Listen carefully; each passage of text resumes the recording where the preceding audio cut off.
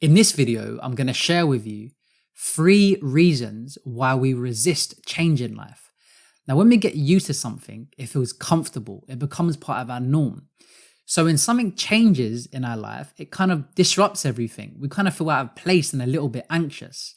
And as a result, we start to resist against the change. Now, even if the change has obvious benefits, we still experience some level of resistance because it's not what we're used to. It's kind of out of our comfort zone. It feels a bit odd. And when we're used to something, it's familiar. It makes us feel good. And it also makes us feel safe and secure. So with that said, let's take a look at the first reason why we resist change in life. So the first reason is the comfort zone. Since everything's so comfortable and we're so familiar with everything, why would we want to change? Logically, this doesn't make sense. Why would we want to change? We're familiar with our environment. We know exactly what we're doing. We know the people around us. We know the people at work. We know how everything works. There's no sort of barriers to anything. Everything's smooth. So why would we want to take ourselves out of that? But here's what you've got to remember when it comes to resisting change. As easy as it is to be within your comfort zone, just think about all of the opportunities that you're missing out on. Now, before I actually carry on, just think about what I said. As comfortable as it is being in your comfort zone, hence why they call it a comfort zone, just think about all of the things and opportunities you'll be missing out on. For example, pick a job in any industry. Why do you think that some people get a lot further ahead and others get left behind? Now, you can say it was luck, they had it easy, but in 99% of the circumstances, you and I both know that it wasn't just luck or they had it easy. It's because they left their comfort zone and they put in the work. They learned how to become better at their job. They learned new skills. They got better at communicating. They got better at management. Whatever those skills are to that particular job, they had to get past their comfort zone to be able to increase their skill set.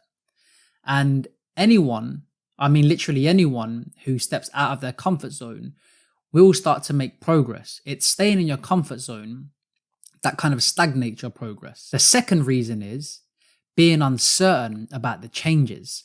So when something changes within our life, we basically are no longer familiar with what we've always been doing or what we've always done. So when those changes happen, we become really uncertain as to what the future holds for us. We start to develop a little bit of anxiety because what if I don't like it? What if it doesn't work out? What if the new change isn't actually for me? So when changes do happen or they're about to happen, we do become vulnerable because we don't really know what that change is going to bring to us. And essentially, we're going to be tested with that new change. For example, starting your own business. This instantly creates changes within your life. You're essentially the new kid on the block. You're going to have to go through a lot of changes and you're going to have to learn a lot of new skills. So some of the skills that you're going to have to learn are things like learning more about the industry. So doing market research, planning, learning how to market, sales, communication, time management, discipline, etc. However, even though you may feel uncertain about the changes, you won't know unless you try. So go ahead and embrace the changes and try and find out. That's the only way you're going to get answers, is by trying.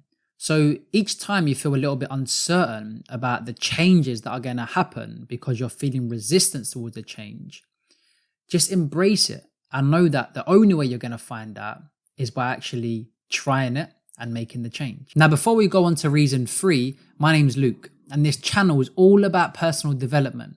And I enjoy sharing the things I've learned and continuously learn.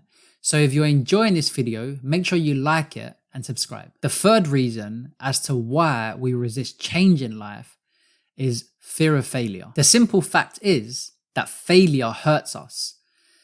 Who really enjoys failure? No one. No one enjoys failure. It doesn't feel good. It feels horrible. So the easier thing to do is to fear failure. So that means basically not doing anything.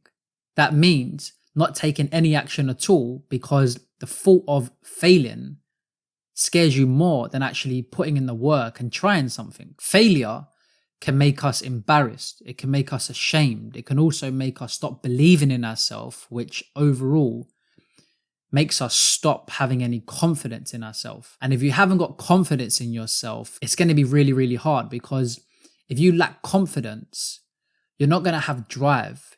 You're going to feel down. You're not going to feel like you even if you have skills and the knowledge to be able to do something, you're not going to feel like you have the ability because you lack the confidence. And if you've experienced failure in the past, like the majority of people have, then that's just going to naturally make you want to resist change even more because of your previous experience.